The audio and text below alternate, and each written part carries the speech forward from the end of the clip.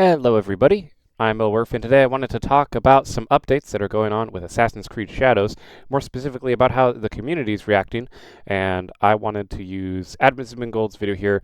We're not going to go through the whole video because it's pretty long, but we're just going to cover the first section about Assassin's Creed, and then once he pivots, we'll stop there.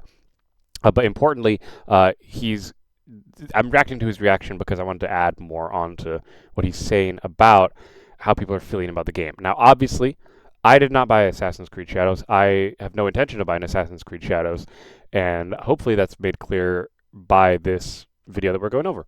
So let's go ahead and get into it. A lot of feedback from Assassin's Creed Shadows recently. Carnage released his very, very short thoughts on the game. We're going to listen to him right here. Hi, everybody. Co here with an early thoughts video on Assassin's Creed Shadows. I am not the biggest recent Assassin's Creed fan. I have not played the most recent iterations to completion. My last kind of big favorite Assassin's Creed was probably Black Flag, and I did really enjoy the first ones, especially the Desmond arc for the story. I know, don't crucify me.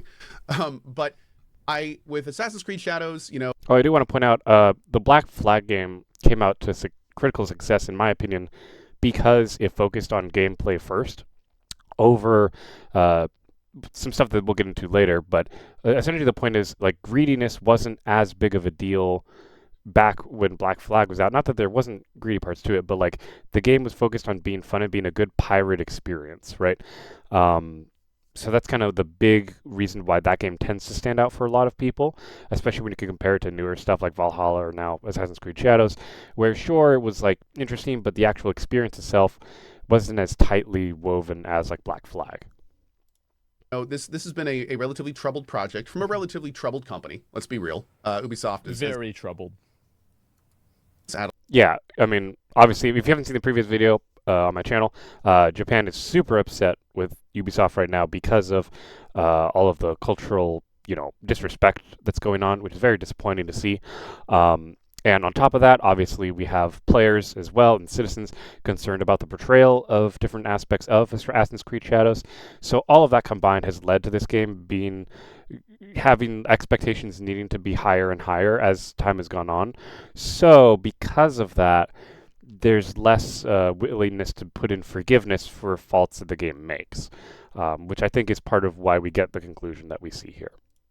Had a lot of multiple delays, interesting stuff lately. That too. And this particular project has had a lot of controversy around it. So I came into this with very low expectations. As somebody who has kind of gotten tired of the general Assassin's Creed loop and was not super engaged with it, I planned on giving it a stream, seeing how it was, probably doing one stream. Reasonable. And then just...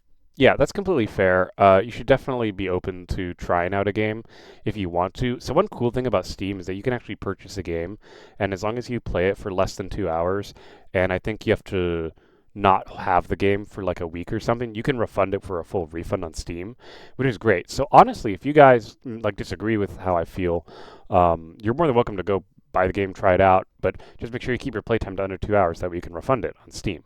If you're not on Steam, then I can't help you. I don't know what the refund policy is over there, but I think it's important to understand where people are coming from and to note that it is worthy, I think, to give a game a fair shot and try it out. However, as, again, we'll get to, there's good reasons beyond the controversy as to why I'm not buying the game. For one, it's actually a $70 game, which I think is stupid, because I could, if I wanted the Assassin's Creed experience, there's plenty of other Assassin's Creed games to play. I don't need to role play as a samurai in order to enjoy. I mean, we've already kind of lost the plot on the main Assassin's Creed plot line anyway, right? It's kind of gone out the window. Now we're just in Japan.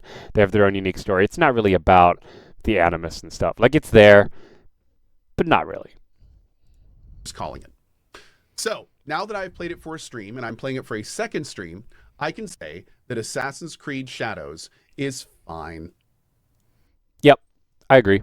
And Asmon will say the same thing in a moment, but I just want to jump in and point out that what you end up getting with the game that is, especially for AAA studios, you end up having a game where they make something that is probably higher quality than fine, but because of controversy, because of problems, because of glaring issues that you can't ignore, your game, even if the gameplay is good, because of small details and other features that might hold the game back, will reduce the value of the game. So I think that a game that is just like borderline, like around a 5 out of 10, 6, maybe 7, you would not really be motivated to rush out to buy that game. On a sale, sure, you might get it on a sale, but for Assassin's Creed Shadows, I don't really think it's something that I could see a lot of people wanting to go out and buy day one.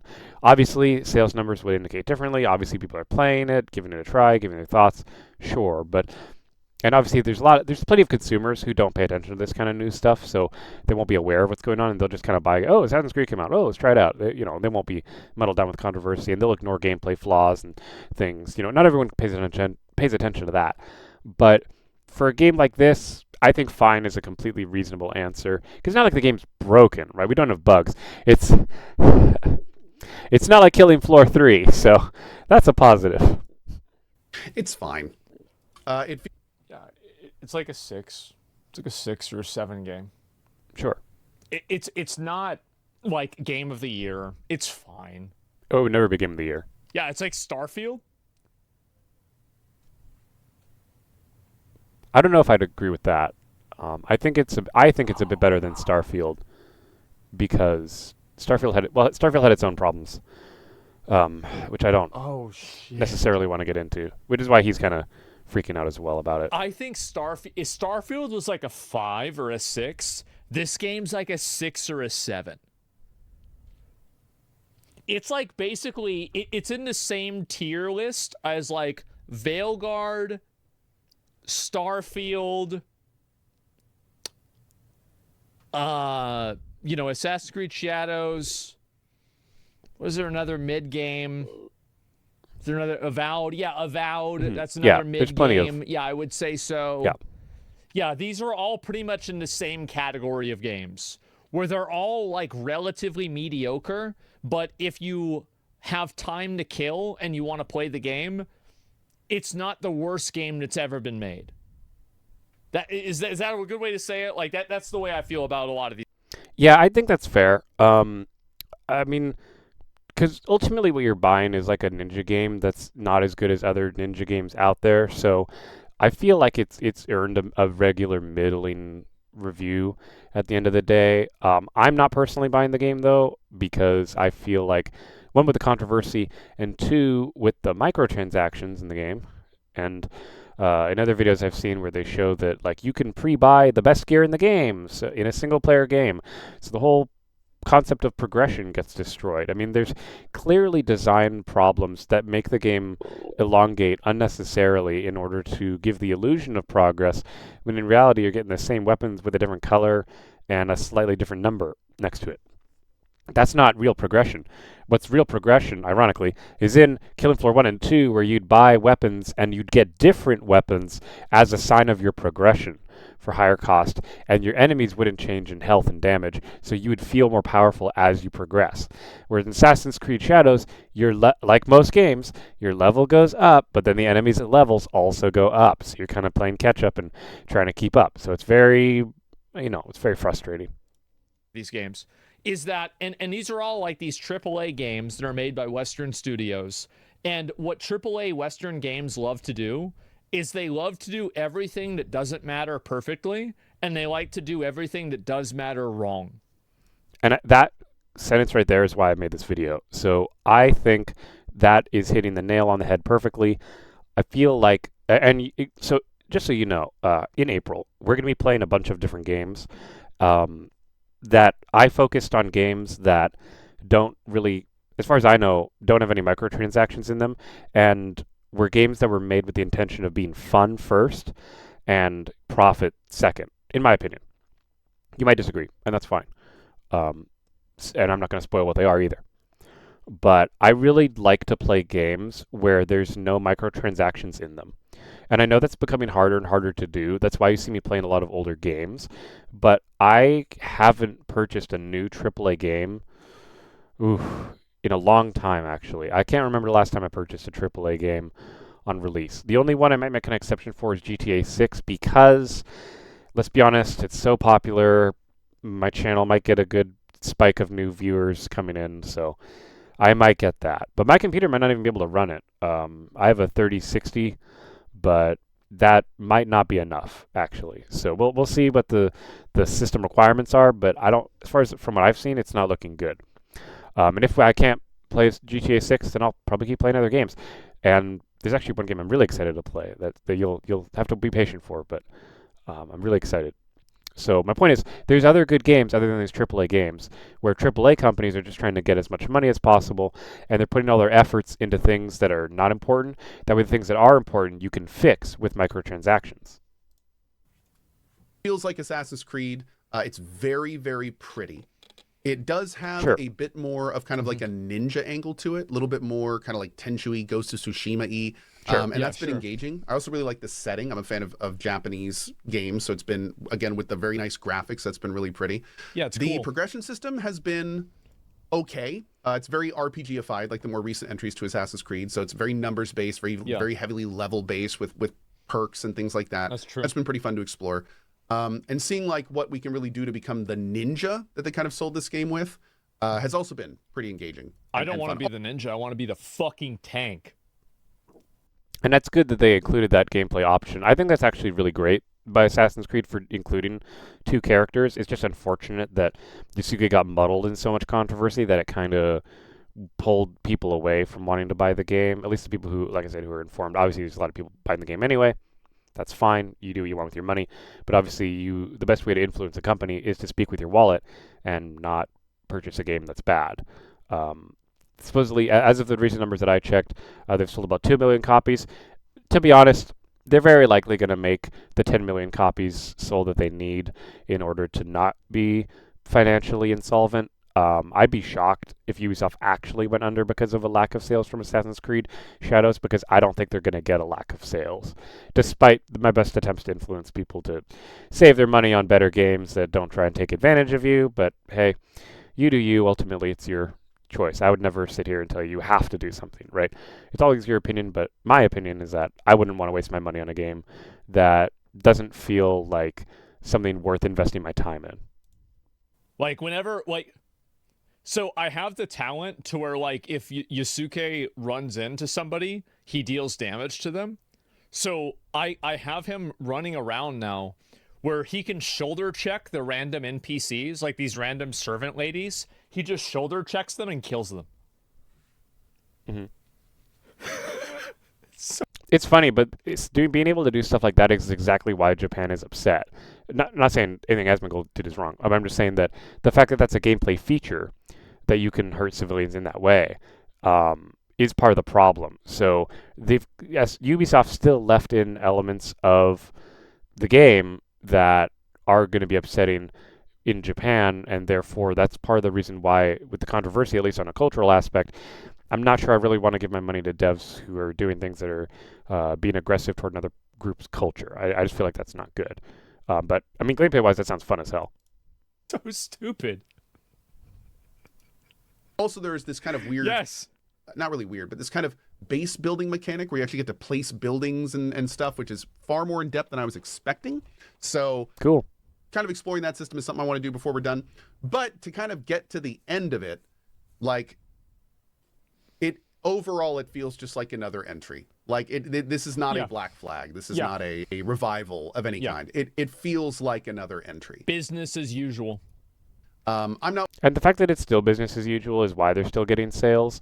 Like I said, I don't think that the game is so bad, and even with all the controversy, I don't think it's doing so bad that Ubisoft won't make their sales goals. I'd be shocked if they failed their sales goals actually, because it's only been a couple days as I'm making this, and they've already gotten to 2 million, so I'm not going to be surprised if throughout its lifetime it makes that 10 million minimum that it needs to break even, probably more.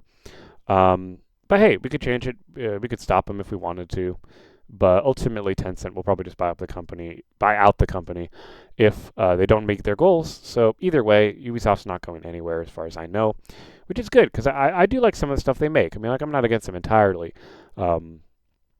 But the question is, do we want to keep giving money to developers who are making games that are not very well thought out, in my opinion?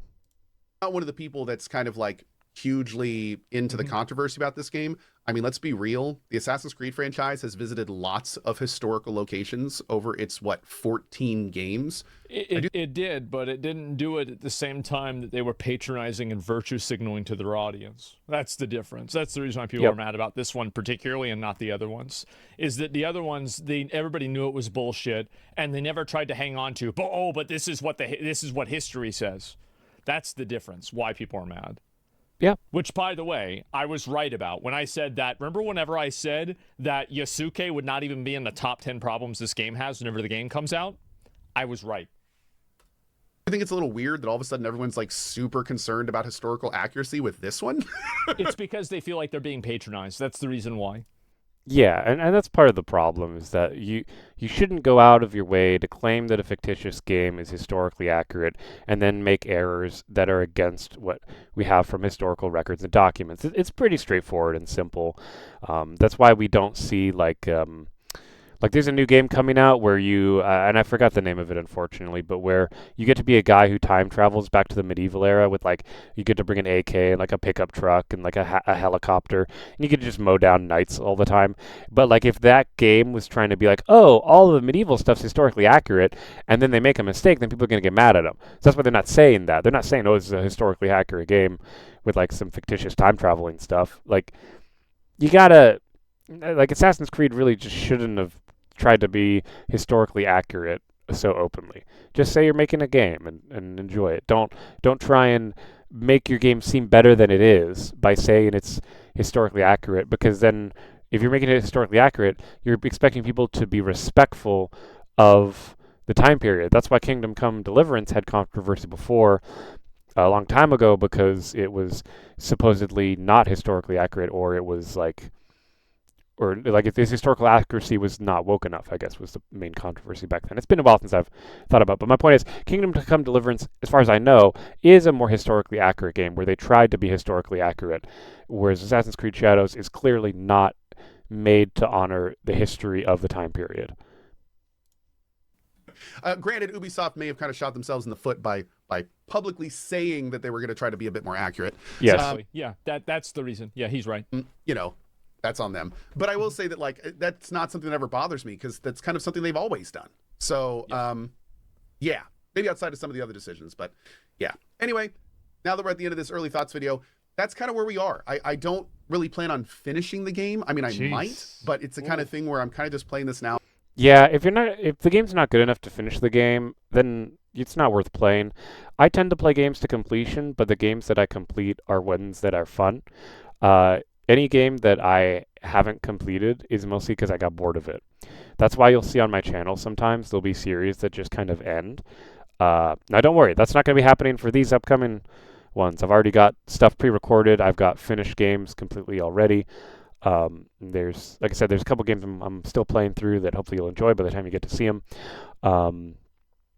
I think that a game is good if you can complete it, and if the game's not holding your attention long enough that you want to see it through, I mean, that's not good, right? I mean, because let's be honest, you take a game like GTA 5, the story was good, but it wasn't anything that you'd replay, right?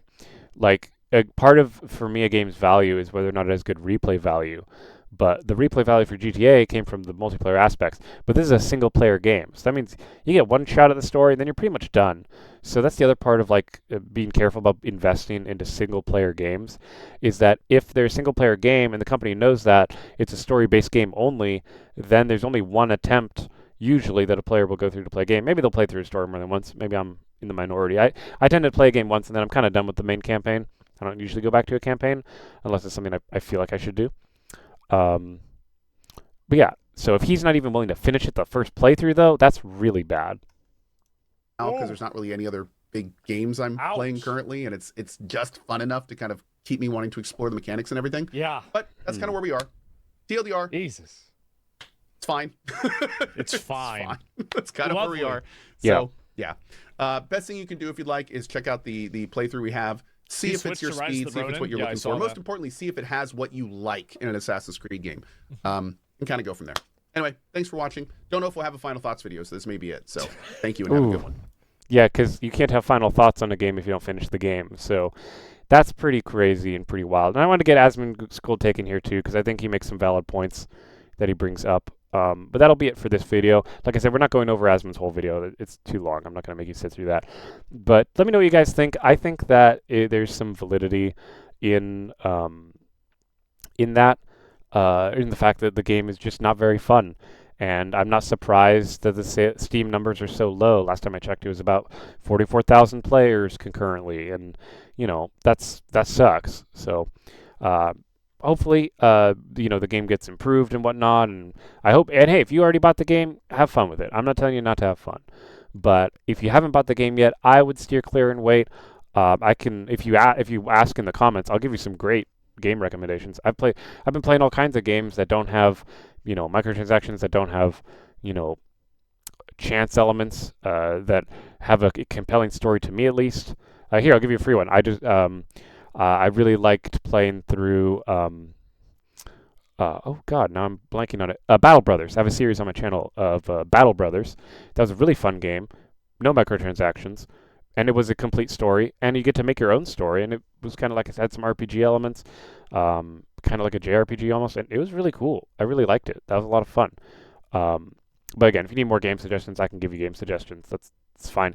I personally avoid any AAA game that's clearly trying to take your money before making a good game. Anyway, hope you all enjoyed. As always, I'm Elwirfy, and I will definitely see you guys next time. Make sure to subscribe if you haven't already. And yeah, stay tuned for more content.